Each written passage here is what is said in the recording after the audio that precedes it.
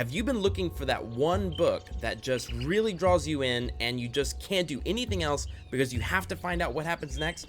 Well, I have that book right here, and I'm talking you will forget to feed your child, go to church, spend time with your family, and go to your job. This is that book, and yes, I am biased because I am the author of The Jigsaw Blade. I am Stevie Collier, but don't worry, my Grams says it's freaking dope. Okay, so actually I'm going to read the back of it for you, and if you stick around long enough, right after that, I will read you the first chapter. So this is The Jigsaw Blade. It is inspired by anime like Dragon Ball Z, Bleach, all that cool stuff, plus typical Arthurian fantasy like King Arthur, and with a mixture of Pokemon because it's all about these magical blades that this young boy finds, and of course he gets the crappiest one, but he figures out how to make it legendary. Okay. He always dreamed of becoming a champion, but finding a mythical sword could cut his life short. Finn Featherstone longs to trade in his paintbrush for a legendary bizarre blade. One day, after heroically rescuing a young girl and coming face to face with this sword-fighting idol, he is shocked to learn he is being drafted as a foot soldier. A few days later, the army caravan he marches with is attacked by a pack of saber-toothed tigers. While trying to survive, Finn finds himself crashing through the ice where he mistakenly discovers a magical blade of his very own. Introduced to a world of champions jealous of his random find, Finn struggles to master his sword's sludge-spitting bad attitude. Surrounded by dubious allies, he must somehow find the courage to battle the vicious meat-eating dinosaurs that roam the land, as well as trying to survive the freezing elements. And when a traitor takes down Finn's fellow champions, the former painter must tame his angsty weapon in a hurry if he has any hope of winning the fight of his life. Can Finn command the deranged blade before his dreams of glory come to a bloody end?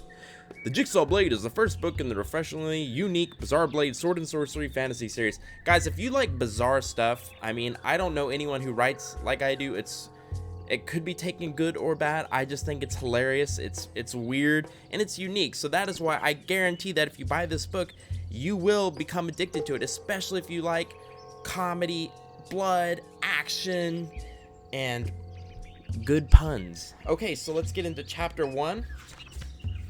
This is The Death Cage of Flying Doom. Finn Featherstone swung the bag of newly purchased art supplies over his shoulder, thanked the traveling merchant once more with the nod of his head, and turned to walk in the direction of home. He had a smile on his face, which was a rare occurrence since the death of his mother. Had a day gone by she hadn't haunted his thoughts? His boots dropped into the snow with that crunching sound he found oh so satisfying. People probably thought him weird to walk on the untraversed paths of the city streets, but he didn't care. Stepping through soft, thick snow was a simple pleasure of his, and he wondered why no one else took advantage of it. Probably because he was the only strange one in the city, or at least that's how everyone made him feel. The sudden sound of flapping wings made him duck and cover his head, a habit of all those who lived in the frozen kingdoms of Shimo Shimo. It was a land known for its frequent and abundant traveling Quetzalcoatlus, the largest species of pterosaurs, and they were even more common in the capital city Sumatai, Finn's home. It was not uncommon for humans to become quick snacks for these beautiful winged reptiles. Finn waited for a few moments before allowing himself to open his eyes and look at the sky. Nothing. Then where was the sound coming from? If you haven't noticed so far, this book is filled with dinosaurs, which has helped. The research was done by my brother, who is studying to become a paleontologist at UT in Austin, Texas.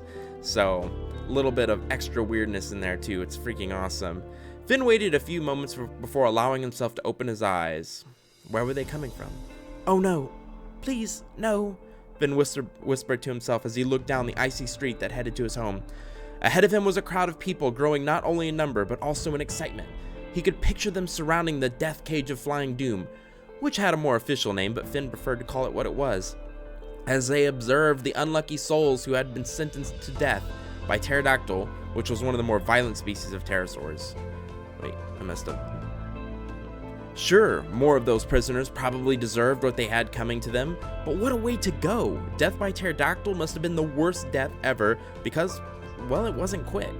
Some lucky criminals got taken out fast, but Finn had seen men with plucked out eyeballs begging for long-beaked animals to finally pierce their throats. He hated the death cage. It wouldn't have been so bad if he hadn't had to walk past the damn thing every single solitary day, but today of all days, He'd been given strict instructions by father to get the supplies and hurry home as fast as possible, as he had run out of paint just when he'd nearly finished the project. If this piece wasn't finished today, then father would have to reduce the price for having it complete a day late, which didn't seem fair to Finn, but that was the world he lived in. No one had patience for anything, and any good painter knew that fine art took time to create. Taking a deep breath, Finn made himself walk on. There were other routes he could have taken, but all of them would have taken double or more time to traverse. No, he needed to be a man and walk past the death cage of flying doom. If worse came to worse, he could always cover his ears, which would at least block out most of the screams of the dying criminals. The crowd of bloodthirsty people paid Finn no attention, which he was certainly used to. He recognized many of them. There was Lily, the kind pastry maker whose shop was only a few doors down from his own home. She always had a warm smile on her face, but now her lips were curled back as she swore obscenities at the ones about to die. Her hair, usually in a bun, was undone and flapping wildly in the wind, making her look like a savage. And she wasn't alone. Everyone was there for a show. It was funny what a little bloodshed did to people. Finn stopped a few feet out from the crowd. A crackling noise came from above, and Finn quickly sidestepped just as a large chunk of ice crashed where he'd been standing. He was about to turn away when something sticking out of the snow made him stop. He bent a little closer, and it was a human finger. Quickly jumping back while trying not to puke, Finn's bag bumped into something hard. He whipped around to see a man he didn't recognize.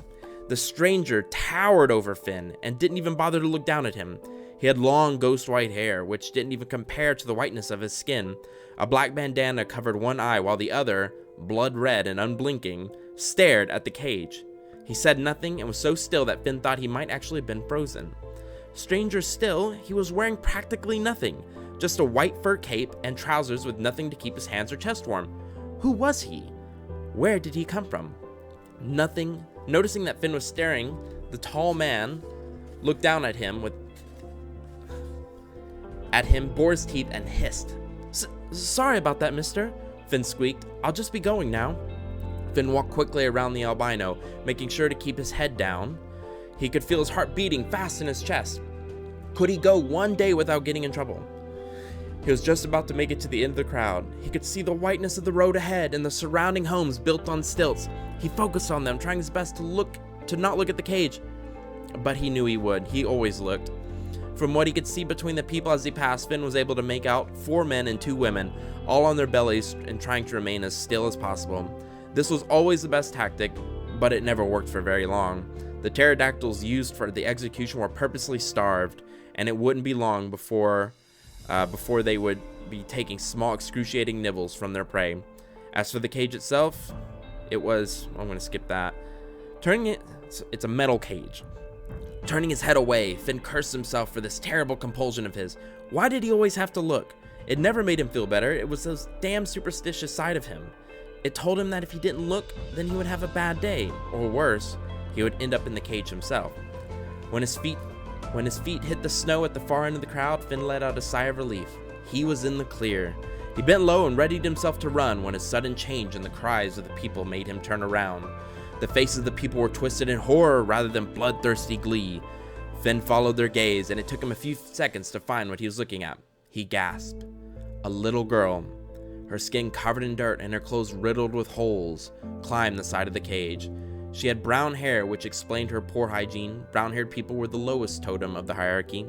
A few men had already taken to the metal-holed cage and were climbing as fast as they could. Of course, all of them had brown hair as well. No other person of colored locks would ever risk their lives for a spud.